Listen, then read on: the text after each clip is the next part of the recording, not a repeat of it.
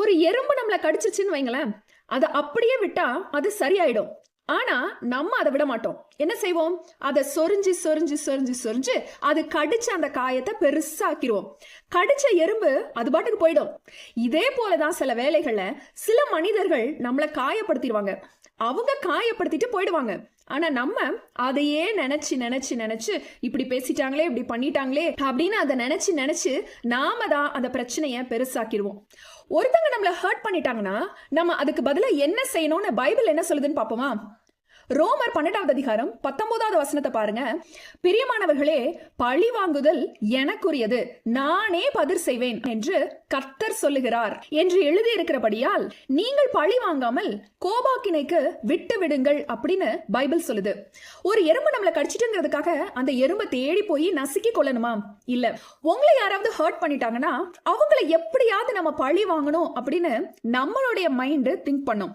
இவங்க எனக்கு என்ன செஞ்சாங்களோ அதே மாதிரி இவங்களுக்கும் ஆகணும் அப்படின்னு பழி வாங்குற ஒரு எண்ணம் நம்ம மைண்ட்ல இருக்கும்.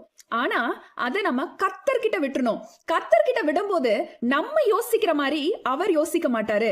அவர் என்ன செய்வார் தெரியுமா? தண்டிச்சு ஆக்கினைக்கு உட்படுத்த மாட்டார். அதுக்கு பதிலா உங்களை அவர்களுடைய கண்களுக்கு முன்பாக உயர்த்தி வச்சு, ஐயோ நம்ம இவங்களுக்கு இப்படி பண்ணிட்டோமேன்னு அவங்கள சிந்திக்க வச்சிருவாரு. அது மாத்திரம் இல்லாம உங்களை யார் யார் ஹர்ட் பண்ணாங்களோ அவங்க உங்ககிட்டயே வந்து ஒப்புரவாகிற மாதிரி அவர் பண்ணிடுவாரு.